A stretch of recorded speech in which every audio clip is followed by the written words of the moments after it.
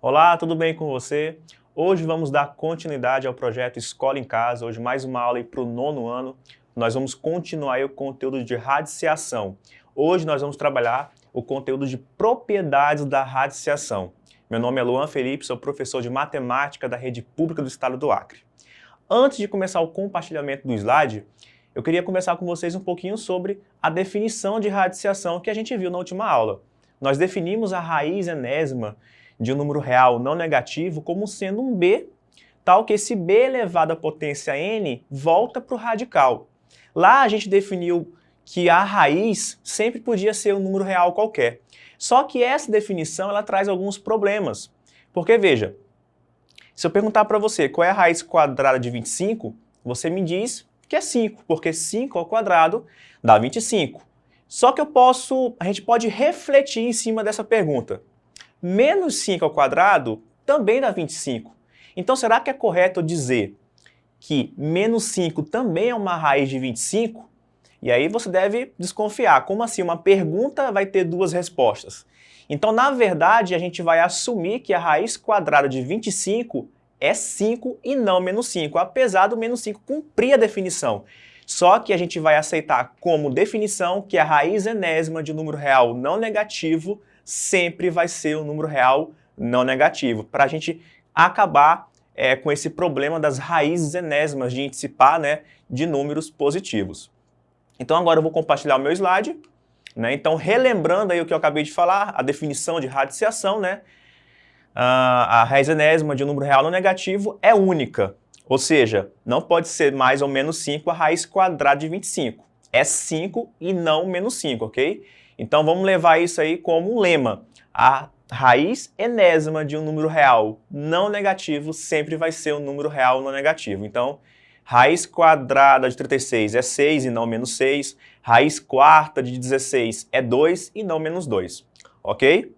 Então aí, finalizando e refinando a nossa definição de radiciação, nós vamos dizer que a raiz enésima de A é igual a B se e somente se o b elevado a n dá o próprio a, Sendo a e b agora números reais não negativos. Com essa nova definição, eu aceito que não existem raízes negativas para números, para radicandos reais não negativos, ok?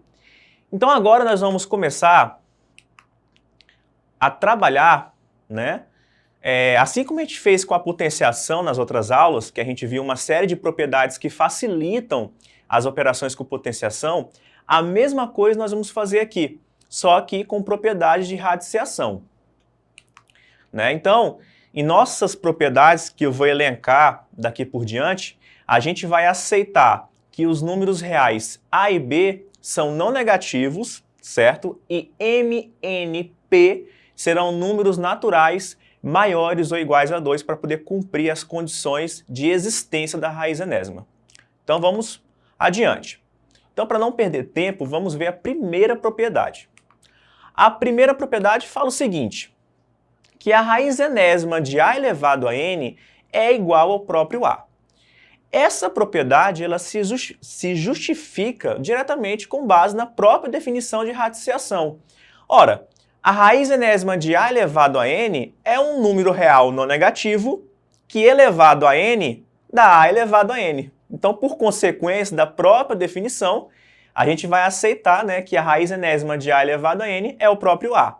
Então, repare que em outras palavras, eu corto o n de dentro com o n de fora. Mas toma cuidado, que esse corte só pode ser executado quando o A é um número real não negativo, ok? Esse detalhe é muito importante. Então vamos aqui elencar alguns exemplos. Primeiro, a raiz cúbica de 4 elevado ao cubo. Ora, é só eu cancelar o 3 do índice com o 3 do expoente do 4. Então fica 4. Segundo exemplo, raiz quadrada de 7 ao quadrado. Note que como está omisso o índice, a gente sabe que é 2, A gente viu isso na última aula. Então eu posso cancelar o 2 do índice com o 2 do expoente do 7. E aí eu tenho que a raiz quadrada de 7 ao quadrado é igual a 7. Repare que essa propriedade ela me livra de ter que calcular a potência dentro do radical. É para isso que ela nos auxilia. Ao invés de fazer 7 ao quadrado 49 e depois tirar a raiz quadrada, eu posso rapidamente cancelar o índice com o expoente do 7, porque eles são iguais. Terceiro exemplo.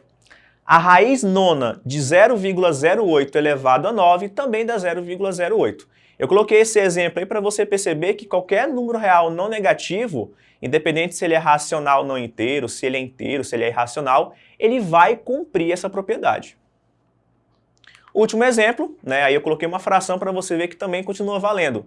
A raiz quarta de 2/5 elevado a 4, o que eu faço? Cancelo 4 do índice com 4 do expoente e me resta só o 2/5. Então, ao invés de eu calcular 2 elevado a 4, 5 elevado a 4 e depois tirar a raiz quarta, eu posso rapidamente, aí, com o cancelamento do índice com o expoente do 2/5, né, obter o resultado aí. Então, agora vamos para a segunda propriedade da radiciação. O que a propriedade fala? Se eu tiver a raiz enésima de a elevado a m, agora eu não tenho necessariamente que o n e o m são números iguais, tá? O que a propriedade fala? Que se eu multiplicar o índice e o expoente do a por um mesmo valor, eu não altero a radiciação. Isso se justifica com base naquela propriedadezinha lá da potência com expoente fracionário.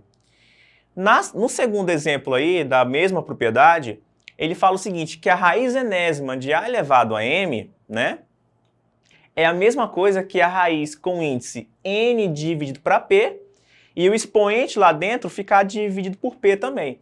Nesse segundo exemplo aí, né, claro que é interessante que o p seja divisível, né, seja divisor de n, para eu poder ali manter o índice natural, ou seja, o n ser divisível por p. Mas, em outras palavras, o que essa propriedade me fala? Né? Que quando eu tenho o expoente, né, lá dentro, que está junto com o radicando, com o índice, eles tiverem um divisor comum, eu posso simplificar essa minha radiciação, certo? Então, vamos aqui ver alguns exemplos. Primeiro, a raiz cúbica de 6 ao quadrado é a mesma coisa que, preste atenção, se eu multiplicar o índice da raiz e o expoente do 6 por um mesmo valor, eu não altero a minha radiciação. Então, a raiz cúbica de 6 ao quadrado é a mesma coisa que a raiz com o índice 3 vezes 4 e o expoente do 6, 2 vezes 4, né? Então, fazendo as continhas aí, fica a raiz 12ª de 6 elevado a 8. A raiz oitava de 3 elevado a 4 é a mesma coisa, ó, se eu dividir por 4 o índice, né, e o meu expoente do 3, olha o que acontece, ó. 8 para 4 dá 2, 4 para 4 dá 1. Então, isso é a mesma coisa que a raiz quadrada de 3 elevado a 1. Percebeu que quando o índice e o expoente do 3 ali, no caso, né, do número que está dentro do radical, eles tiverem um divisor comum, é interessante eu aplicar isso para reduzir, para simplificar o meu radical. Terceira propriedade, vamos lá. A terceira propriedade é bem simples, ela fala o seguinte, essa propriedade aí ela é meio que parecida com aquela lá da potência do produto, né, que você pode distribuir o expoente para dentro do produto. Aqui é a mesma ideia. A raiz enésima de A multiplicada pela raiz enésima de B é a raiz enésima do produto A por B. Repare que eu só posso usar essa propriedade se os índices forem iguais. Repare que os índices são iguais, N e N. Então eu posso conservar o índice e multiplicar aí os radicandos. Então, exemplo, raiz quadrada de 2 multiplicada pela raiz quadrada de 3. Isso é a raiz quadrada de 2 vezes 3, que dá a raiz de 6. Raiz quarta de 5 multiplicada pela raiz quarta de 125. Eu conservo o índice e multiplico os radicandos. Então, veja, a raiz quarta de 5 multiplicada por 125. Transformo no radical só. E aí fica a raiz quarta de 625, que dá, né? O 625, se você fizer a decomposição prima dele, dá 5 elevado a 4. E aí repare que a gente cai na primeira propriedade. Eu posso cancelar o 4 do índice com 4 do expoente do 5, né? E aí fica 5. Então aí nós temos o exemplo aí da terceira propriedade. Quarta propriedade. Essa propriedade fala o seguinte, né? Nesse caso aí eu vou pedir para o B ser diferente de zero, tá? Porque ele estará no denominador. A raiz enésima de A dividida pela raiz enésima de B é a raiz enésima do quociente A por B. É a mesma ideia da propriedade anterior, só que aqui eu vou fazer uma divisão. Você também pode usar essa propriedade com fração, né? Porque divisão e fração para nós são operações equivalentes, é a mesma coisa. Então a raiz enésima de A sobre B é a mesma coisa que a raiz enésima de A dividida pela raiz enésima de B. Não se esqueça que aqui eu peço para o B ser diferente de zero, tá? Então, exemplos. Raiz quadrada de 16 sobre 81. Eu posso tirar a raiz em cima e a raiz embaixo. Então, raiz de 16 sobre a raiz de 81. A raiz de 16 dá 4 e a raiz de 81 dá 9. Portanto, a raiz quadrada de 16 sobre 81 dá 4 sobre 9. Mais um exemplo, raiz quinta de 32 sobre 243. Eu tiro a raiz em cima e tiro a raiz embaixo. Repare que os índices são sempre os mesmos, tá? Então, vamos respeitar aí essa definição. Então, fica a raiz quinta de 32 sobre a raiz quinta de 243. Raiz quinta de 32 dá 2, raiz quinta de 243 dá 3. Portanto, né, a raiz quinta da fração 32 sobre 243 avos daria 2/3. Terceiro exemplo, a raiz quadrada de 0,01.